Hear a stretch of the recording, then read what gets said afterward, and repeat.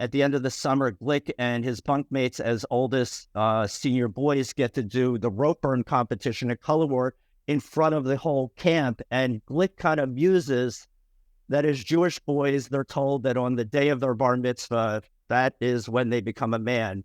But for him, this moment, doing this ritual of rope burn in front of the whole camp was really the moment that marked him becoming a man.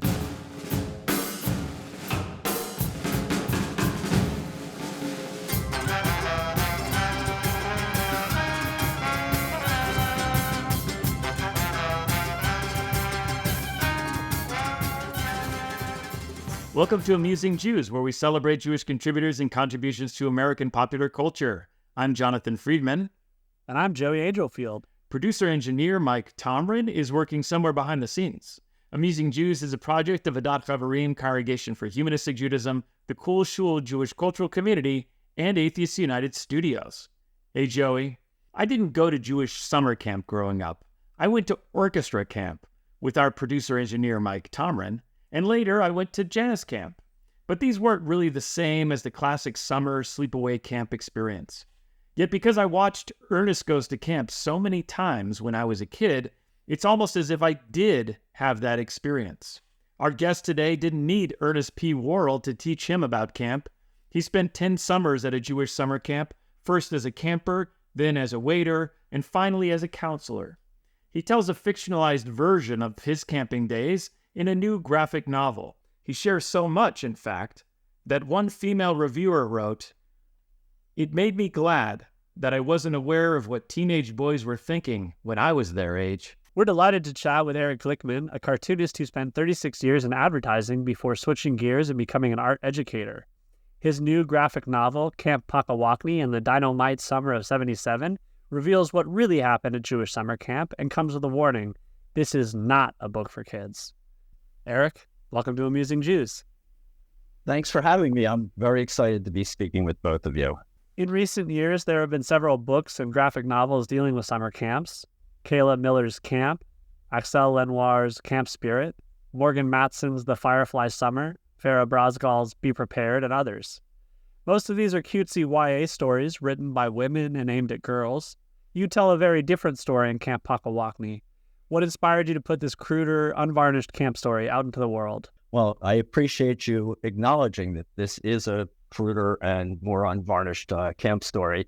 And I think that the answer to that question begins with the facts that the roots of my Jewish sleepaway camp run very deep in my family. So I'm going to take you all the way back to the late 50s. My parents are teenagers. They're at a Jewish sleepaway camp called Camp Pakne.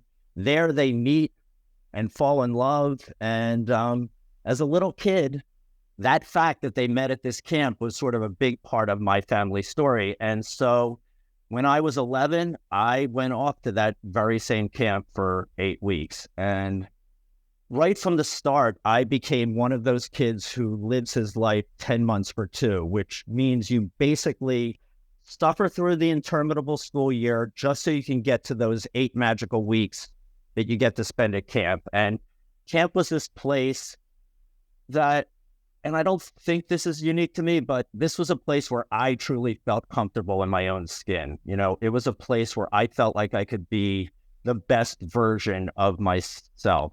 And that was kind of awesome. And I went there for 10 summers, as you mentioned. And to be honest, I would have kept going, but after my junior year of college, I was basically told that I needed to get a summer internship in my future fields of employment in preparation to enter the real world after graduation. So, you know, no more camp for me. But despite this fact that camp was taken away from me, you know, throughout my entire adult life, every year when summer rolled around, I felt myself missing camp. I mean, literally in my body, I could feel myself missing camp, and I could feel this pull of my summer home, even though it wasn't for me anymore. And I continued my adult life. I got married. I had 3 kids, and then my 3 kids all went to the exact same sleepaway camp. So, you know, the cycle was continuing, and I remember being in the parking lot as the bus, you know, was going to pull away to take my kids off to camp, and all the parents are, waving goodbye, but they're barely able to contain their excitement that they're free for the summer, that they're just going to explode with excitement. And I was standing there incredibly jealous of my children. I mean, I was happy for them, but I was also, green with envy. I was jealous. I wished that I was going. And it was around this time that my kids were in camp all those summers that I began thinking that maybe I should be telling a story inspired by my summers at camp. I had always been sort of a wannabe cartoonist. And so I started to think about how a graphic novel might be able to capture all these memories and this magic that I had inside me that just like I couldn't stop thinking about every summer and felt so important to me. So I created this fictional camp, and I used my summers at Camp Pakne as my inspiration. And I created sort of a 15-year-old alter ego of myself called Glick. And I placed them with other fictional versions of my friends and sort of composites of counselors and camp staff. And I plunked them all down right into the summer of 1977. And once you start doing this, I just had them experience the dramatic arc of the summer, and the characters just naturally began to talk and think and behave in this way that felt very authentic to me and very authentic to how 15-year-old boys are. And I guess this is my long-winded way of getting there, but I think this is where the answer to your question can be found. Camp Pock-a-Wocknee is an honest reflection of what it felt like to be a 15-year-old boy living in a cabin for 8 weeks with a bunch of other 15-year-old boys, supervised by counselors who were really only a couple of years older than you are. And so this dynamic becomes highly conducive to conversations and curiosity and questions and confusions about sex. And this dynamic yields sophomoric and scatological humor and, silly, immature jokes and dares and gleefully raunchy traditions. And it's kind of funny that you mention all those YA graphic novels, because when I was pitching my project to agents and publishers, they all got really excited at first. They thought my book might be this boy version of those titles, which, made them excited. They said, send me pages, let me see it. And they quickly realized this was not what this was. And, many of them asked for revisions and asked me to tone it down. And I did actually try a little bit. I mean, when you got somebody on the hook, you kind of want to work with them. And I was willing to do that, but it was never enough. And in the end, I really wanted to do it in a way that felt honest to me and authentic. And I realized that this was the story I had to tell, and this was the way I was going to tell it. Thankfully, I finally found a publisher that actually saw my vision of the book. And, in the end, I created this book, and it's kind of like my love letter to Jewish sleepaway camp, I guess. Enjoying the show? Click like and subscribe. Yeah, so you mentioned that generations of your family went to this sleepaway camp in Pennsylvania. I'm assuming your parents were at least somewhat aware of the sorts of things that happened at the camp, the bathroom shenanigans, the pranks, the raunchy conversations, the makeout sessions, and all that kind of stuff? Yeah.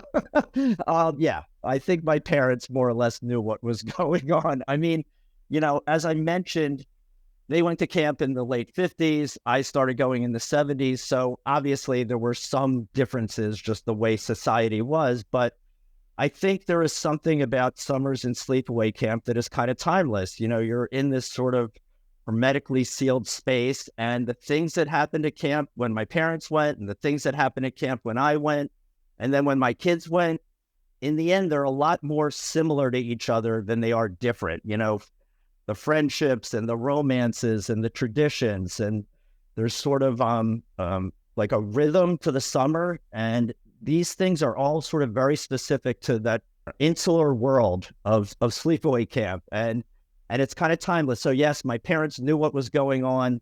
I mean, they've read the book, and none of it seems to shock or surprise them when they read it. So, and in fact, they absolutely love it. I mean, truly, they love the book so much. It gives them such nachas that I was able to create this. And it really brings them back to a place and time in their own lives, which was their years at camp, even though I'm writing about a different era. So yeah, they knew what was going on.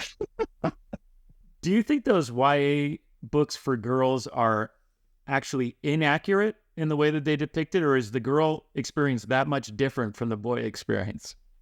Wow, that's an interesting thought. I mean, I'm talking 15-year-old boys, and I think that's more in that 11, 12-year-old girls. So I think those are accurate portrayals of what's going on.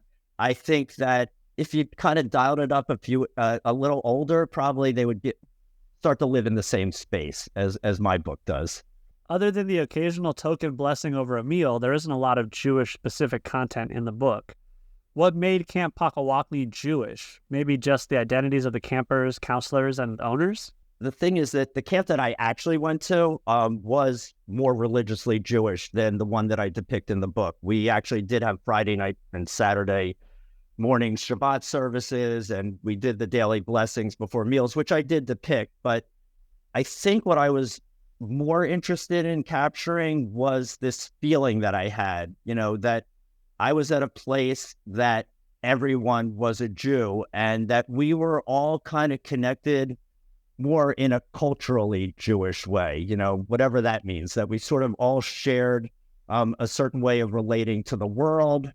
And I tried to be conscious in the book of using details that I felt reflected that way of us engaging with the world, that, that's sort of what I consider a culturally Jewish point of view. So, when Glick suddenly realizes that he has a chance with the girl that he has a huge crush on, he sort of effortlessly and joyously sings parody lyrics to Muddle the Tailors' tour de force, Miracle of Miracles from Fiddler on the Roof, which to me is a very Jewish thing to do, or there's the time in the book when Glick reveals that he has brought a dozen clay busts to camp from his high school art class, and he's painted them all to look like Hitler. And he and his friends take them to the riflery range, and, they take these Hitler heads and they blast them apart. Again, to me, this feels sort of culturally Jewish. I sort of gave them their own Quentin Tarantino, Inglourious Bastards moment kind of thing. And of course, there's the part at the end of the book when, at the end of the summer, Glick and his bunkmates as oldest senior boys get to do the rope burn competition at Color War in front of the whole camp. And Glick kind of muses that as Jewish boys, they're told that on the day of their bar mitzvah, that is when they become a man. But for him, this moment, doing this ritual of rope burn in front of the whole camp, was really the moment that marked him becoming a man. So I put a lot of stuff like that throughout the book. I tried to infuse it with that. And I think what, finally makes Camp Pock-a-Wocknee, quote unquote Jewish, has nothing to do with religion.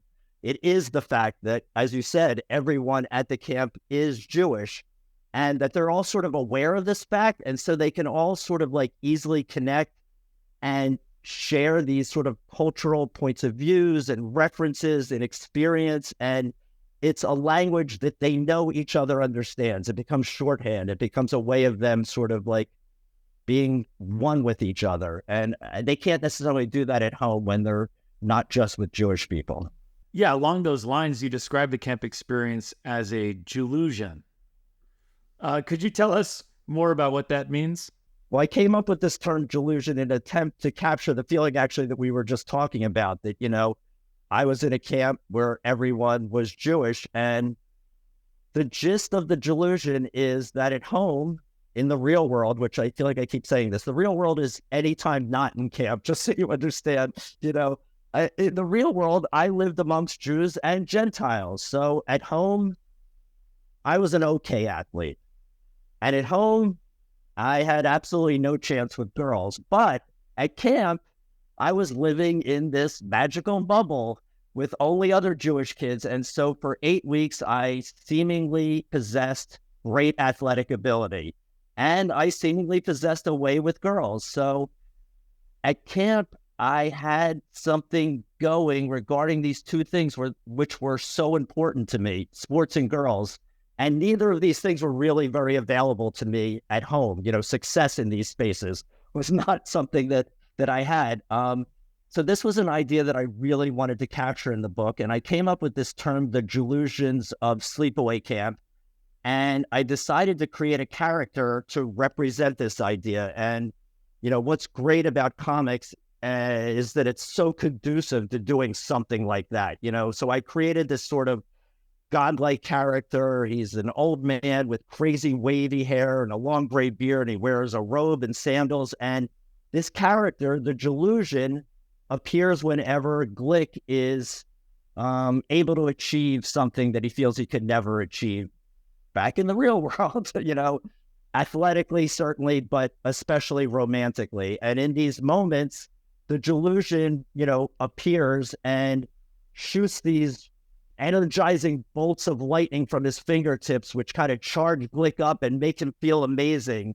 And, I realized as I was doing the book that the one thing Glick is trying to figure out is that this is his last summer as a camper. And he's trying to figure out, how can I harness the powers of this delusion? How can I be this version of myself and take it back into the real world? Because he believes if he doesn't do it, it will be lost forever. I mean, that's silly, but when you're 15, you have thoughts like that. You think that you can't achieve certain things unless everything sort of lines up exactly right. And so I think his whole sort of summer is about trying to capture and harness the powers of the delusion. Many of the details you include in the book capture the era's camping movement, like the candy wrapper and soda can designs and kids reading Archie comics and Mad magazine in the cabin. Your drawing style is stylish and cartoony, but you also seem meticulous in using reference materials. Yeah, I love that you noticed this and took note of this, and I kind of really appreciate it because I really wanted to immerse the reader in a very specific time and place, this late 1970s. And, when you're a teenager, the music and the movies and the TV shows and the magazines, pop culture references and brands, all these things are like an incredibly important part of your life. And all this stuff, all this minutia was absolutely part of the tapestry that made up my summers at camp. And so I really did a bunch of research. And as I told you, this was a fictionalized version of my story. And so I could kind of place it in whatever year I wanted to, put a 15-year-old in there. And I quickly realized that setting my story in the summer of 1977 really provided me with tons of awesome details that I could riff off of. And there were a few things that happened that I discovered when I was kind of doing research that I felt like I had struck gold. So, like, I discovered that the first Conehead skit on Saturday Night Live happened in January of 1977. So I remember what a big deal that was. And so if I'm placing Glick in the summer of 77, by the time you're there, riffing on the Coneheads would be a thing, so that was awesome. And I also realized in that year that Rocky had just come out in the holiday season, 76, so the end of that year. And this was a huge hit. It won the Oscar for Best Picture, which was in March of 1977.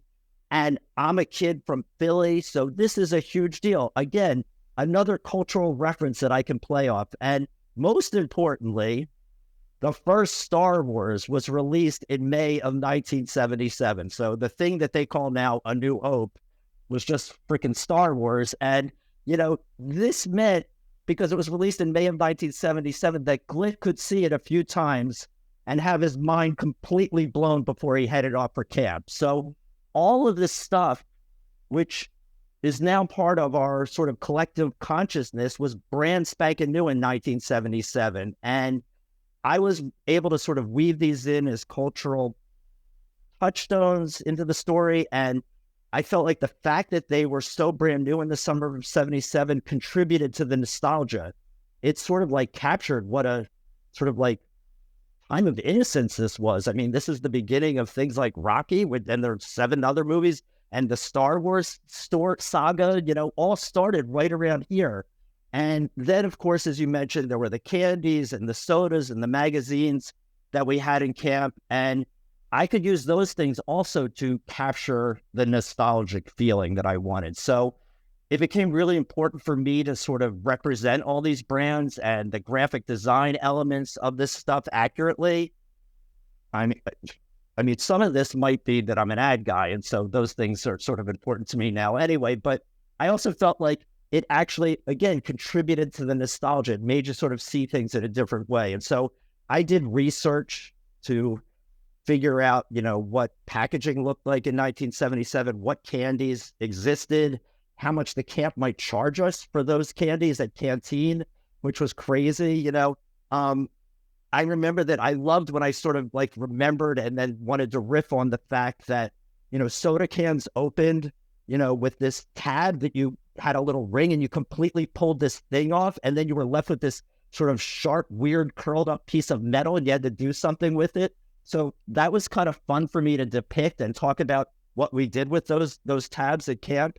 I remember when I was thinking about magazines, you guys mentioned magazines, and I showed Archie magazines and I showed Mad magazine, and I really wanted to depict Sport magazine. Do you know that one? It's a now defunct magazine, but it was a monthly sport magazine and it had the coolest logo. And I really wanted to draw that logo, and it was a monthly. So we would bring a bunch of them and they had long articles at camp. And I did a little research and I saw that the April 1977 issue had Bill Walton on the cover, and he just had this awesome look. He had this crazy curly hair and this big curly beard, and I just wanted to draw that.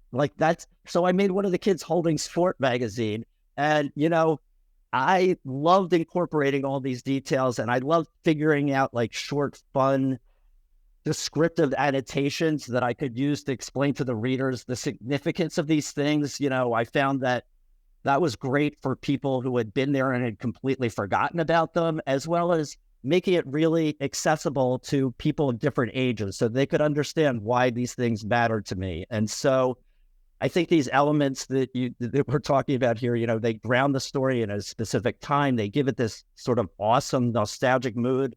And I had fun drawing them and researching them. And, when you're drawing a book and writing a book for 8 years, having fun is important because it's a long process. Wow, I didn't realize it took so long, but I get it. I mean, it's a epic story. Yeah, I mean, I spent a lot of time. I had a real job in the real world for most of the time that I worked on this book, and I would, bring pieces of paper with me on the train while I was commuting, and I'd be making sketches. And I'd come home from work and I'd start making little panels and building it out and laying it out and just figuring out how to make the story work.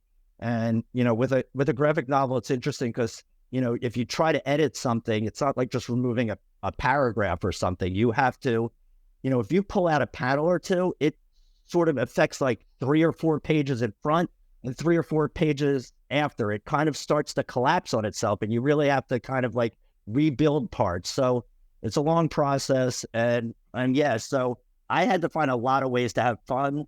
But I think while I was working on the book, I think I realized that I was getting to spend time at camp again. I think it actually allowed me to be there again, and that was kind of cool because I think I was always searching for that ever since they made me stop going so I could get a real job kind of thing. Your depiction of Mad Magazine in particular reminded me that even in the 90s, when I was going to orchestra camp, the kid who had the Mad magazines, stashed under the mattress or whatever, like that was the hero of the cabin. There was still a lot of currency around bringing in that kind of contraband almost, I'm wondering if you've thought about current camp experiences where everything's digital now, and I don't know if kids have the same connection to physical things. What do they lose if they don't have this kind of experience of the magazines and so forth? I know the camp that I went to and my kids went to, and they were there during the digital age. Phones aren't there, so they don't have phones. They don't have computers. They don't have access to that stuff. I did used to mail my kids magazines, comic books. I used to draw comics for them and put all their friends in their bunk in the comics for them, and I'd make copies for every single one of them so that they all had them, and they still all have them. So I think that's sort of what makes camp kind of timeless, is you're put into this space where you're kind of separated from the rest of the world and some of those things that kind of might, I don't know, distract you from being present and being there. But I agree, all that tactical stuff is so awesome. But I think they still sort of do have that stuff. They still kind of have baseball cards. I used to send baseball cards to my son when he was at camp. So I think they do still have things like that. That's good to hear. So one underreported goal of Jewish summer camps was, and maybe still is, combating rising intermarriage rates. Some camps encourage campers to pair off, endorsing or at least turning a blind eye to summer flings. As you show in the book, there were also mock weddings between the campers and that sort of thing. Did you get a sense that there was an agenda behind all of this, or was it just sort of a fun opportunity to pretend to be in love and that kind of thing? Well, the phenomena that you talk about, I only became aware of after my book was out in the real world, specifically because there was a book that came out around the same time called The Jews of Summer by Sandra Fox. And I read that, yeah. Okay, and she explores all of this stuff. And I had tons of people just sending me articles about it. And so I became very aware of it. And it started to make me realize that while I wasn't consciously aware of this agenda, I definitely intuitively felt it, because I feel like my book is filled with sort of references to it. So without knowing it, I think I included a lot of anecdotes that certainly allude to this agenda. I mean, a lot of my story revolves around the idea that there's this lightly supervised canteen hour between 9 and 10 o'clock at night when the boys and girls will hang out and then sort of couple up and sneak off to the grove or the lake or the softball fields to fool around. I mean, that's almost literally right out of that book. And, you know, it was clear to me that the powers that be were turning a blind eye to it, or it was sort of done with a wink and a nod, and everything was fine about that. And then on top of that, in the book and in my real camp experience, you know, camp dances and moving date nights were regularly scheduled activities, and they played a big part as far as, you know, encouraging summer romance. And, you know, this question also reminds me of, there's a moment in the book in which I kind of riff on that Obi-Wan Kenobi Jedi mind trick thing, in which the owner of the camp, you know, comes into our cabin and he sees that iconic Farrah Fawcett poster hanging in our cabin, and he tells us, you know, with a wave of his hand, this is not the girl you are looking for. You know, basically meaning, you know, you don't want a non-Jewish girl, you don't want a shiksa. And I feel like that was the agenda of camp, you know, sort of like imprint on the kids while they're young. And maybe they'll end up with, you know, a Jewish match in their future. But, you know, you mentioned the camp carnival. The oldest girls always ran a booth that had marriage ceremonies that would take place. We would literally wear yarmulkes. They would read some Hebrew. We would break a glass. They would give us a marriage certificate. You know, this was kind of a big deal. And, you know, to me as a kid, this was just the way the camp was.